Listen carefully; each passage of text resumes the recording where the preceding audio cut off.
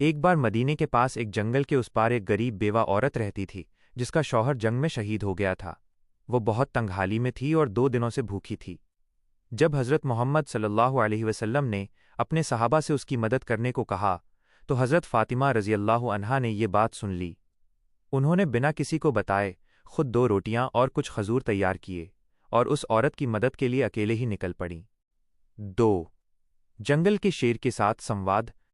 جب وہ جنگل کے راستے سے گزر رہی تھیں تو ایک خوخار شیر ان کے سامنے آ گیا۔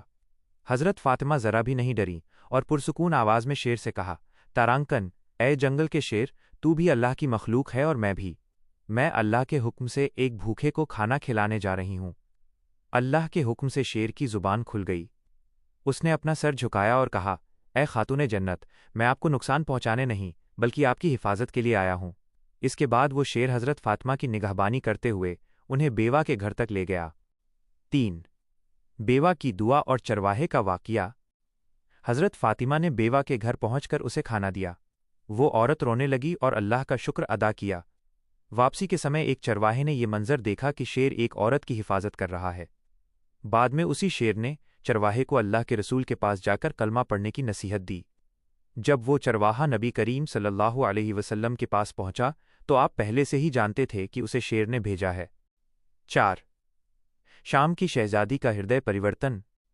حضرت فاطمہ کی اس پاکیزگی اور سخاوت کی چرچا دور دور تک پھیل گئی۔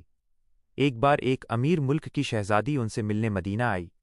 اس نے دیکھا کہ حضرت فاطمہ کے پاس جو بھی قیمتی تحفے آئے انہوں نے وہ سب غریبوں اور مسکینوں میں بانٹ دیے۔ حضرت فاطمہ نے اس سے کہا، انسان کا حق صرف اسی مال پر ہے جو اس کے جینے کے لیے ضروری ہے، اس سے زیادہ مال غریبوں کا حق ہے۔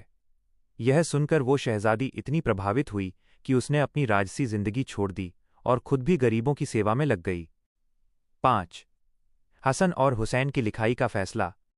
ایک انیہ گھٹنا میں جب چھوٹے حضرت حسن اور حسین رضی اللہ عنہما اپنی لکھائی لے کر آئے کہ کس کی بہتر ہے تو حضرت فاطمہ نے انہیں نبی کریم کے پاس بھیجا۔ نبی کریم نے بھی کسی ایک کا دل نہ دکھانے کے لیے اللہ کے فیصلے کا انتظار کیا۔ تبھی حضرت جبرائیل ایک سیب لے کر آئے اور اسے لکھائیوں پر پھینکا۔ وہ سیب 2 برابر ٹکڑوں میں بٹ کر دونوں کی لکھائی پر گرا، جس سے ثابت ہوا کہ دونوں کی لکھائی اللہ کو پسند ہے۔